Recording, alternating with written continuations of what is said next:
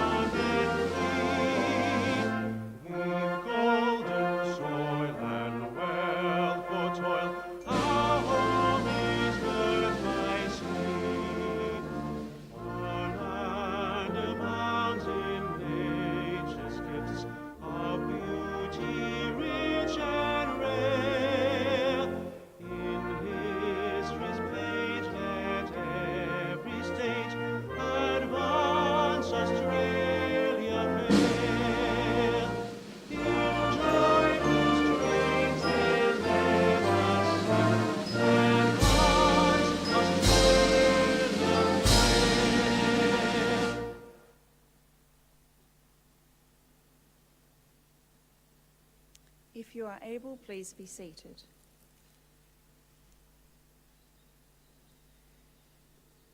The Australian War Memorial was the vision of Charles Bean, Australia's First World War official historian. Bean landed with the Australian troops on Gallipoli and stayed with them at the front through to the end of the war. The idea of this national memorial and museum came to him at Pozières, France, in the depths of the bloody fighting of 1916. Bean's idea was that this would be a place where families and friends could mourn loved ones buried in faraway places. It would also be a place that could help all Australians understand what these men and women had endured and what they had done for us. Bean's vision, to which we remain true, is best expressed as inscribed in the entrance to the memorial's galleries. Here is their spirit, in the heart of the land they loved, and here we guard the record which they themselves made. Tonight we will read the story behind just one of those on the Roll of Honour, which lists the names of more than 102,000 men and women who have given their lives for us in war and operations for more than a century. But first we present a lament, Flowers of the Forest. Wreaths and floral tributes will now be laid at the base of the Pool of Reflection.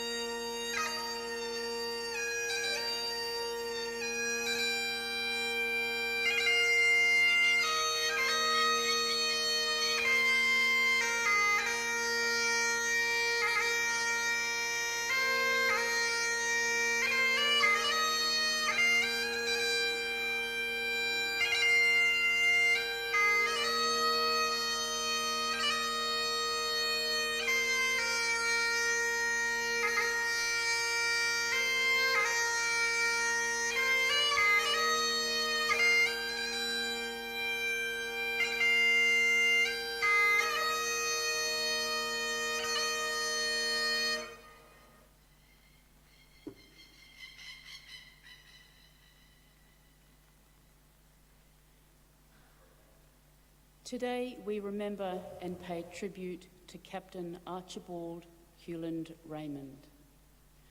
Archibald Raymond, known as Archie to his family and friends, was born in Brisbane on the 4th of April 1893, the son of Alfred and Jessie Raymond. He attended Southport High School, where he was a well-known rower and tennis player. He also gained valuable military experience, serving for 3.5 years in his school's cadets, reaching the rank of sergeant. After school, he worked as a clerk and lived in the Brisbane suburb of Kangaroo Point. Archibald Raymond enlisted in the Australian Imperial Force on the 20th of August 1914, soon after the outbreak of the First World War, and joined the 3rd Australian Field Artillery Brigade. Just 2 months later, he sailed from Adelaide to Egypt aboard the transport ship Medic. On the 1st of February 1915, he was promoted to the rank of lieutenant, and on his 22nd birthday, joined the Mediterranean Expeditionary Force in preparation for the Anzac landings on Gallipoli. Raymond served through the Gallipoli campaign and with his unit provided artillery support at key battles such as Lone Pine and the Neck. Following the evacuation of Gallipoli, Raymond spent time in Egypt as the Australian Imperial Force underwent a period of growth and reorganisation. On the 12th of March 1916, he was promoted to the rank of captain and later that month sailed for France. Upon arrival in France, Raymond transferred to the 1st Divisional Ammunition Column. In July, he supported Australian troops at Pozières in the Somme region of northern France. During the bitterly cold January of 1917, Raymond transferred to the 2nd Field Artillery Brigade, where he served in the 4th Battery. On the 3rd of March 1917, Raymond was moving up to a new gun position near Montauban to the south of Bapaume with Lieutenant George Miller, when a German 5.9-inch shell burst among them. Miller received a severe wound to the stomach and died of his injuries a day later. Raymond was killed instantly. He was 23 years old. Raymond and Miller are buried next to each other in the Flatiron Copse Cemetery in France, where over 1,500 soldiers of the First World War are commemorated. His grieving family wrote of him in a Brisbane newspaper, "Greater love hath no man than this, that he gave down his life for his friends." Captain Archibald Hewland Raymond is listed on the Roll of Honour on my right, among almost 62,000 Australians who died while serving in the First World War. His photograph is displayed today beside the pool of reflection. This is but one of the many stories of service and sacrifice told here at the Australian War Memorial. We now remember Captain Archibald Hewland Raymond, who gave his life for us, for our freedoms, and in the hope of a better world.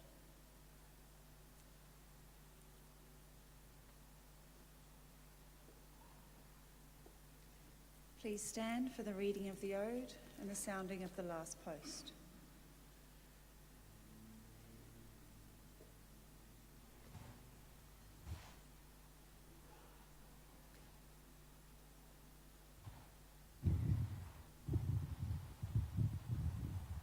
They shall grow not old, as those that are left grow old.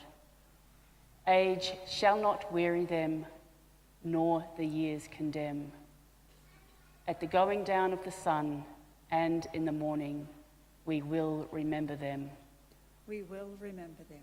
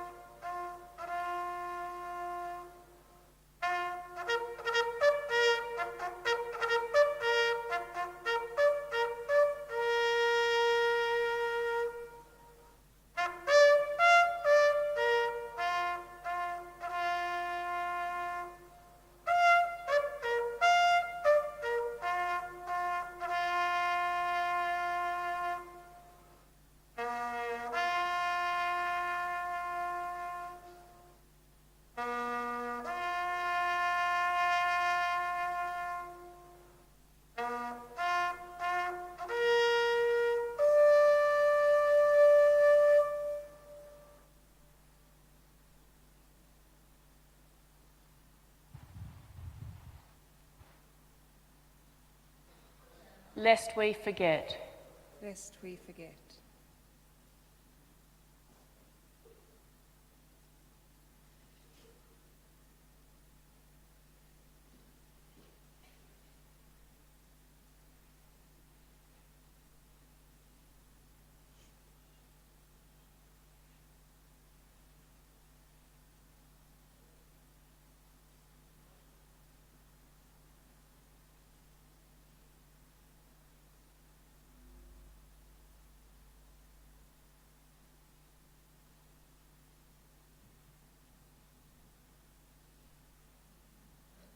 We leave you this evening with the words of the memorial's founder, Charles Bean. Many a man lying out there at Pozières or in the low scrub at Gallipoli, with his poor, tired senses barely working through the fever of his brain, has thought in his last moments, well, it's over. But in Australia, they will be proud of this. Ladies and gentlemen, girls and boys, that concludes the last post ceremony. We thank you for visiting the Australian War Memorial, and we wish you all a very good evening. Thank you.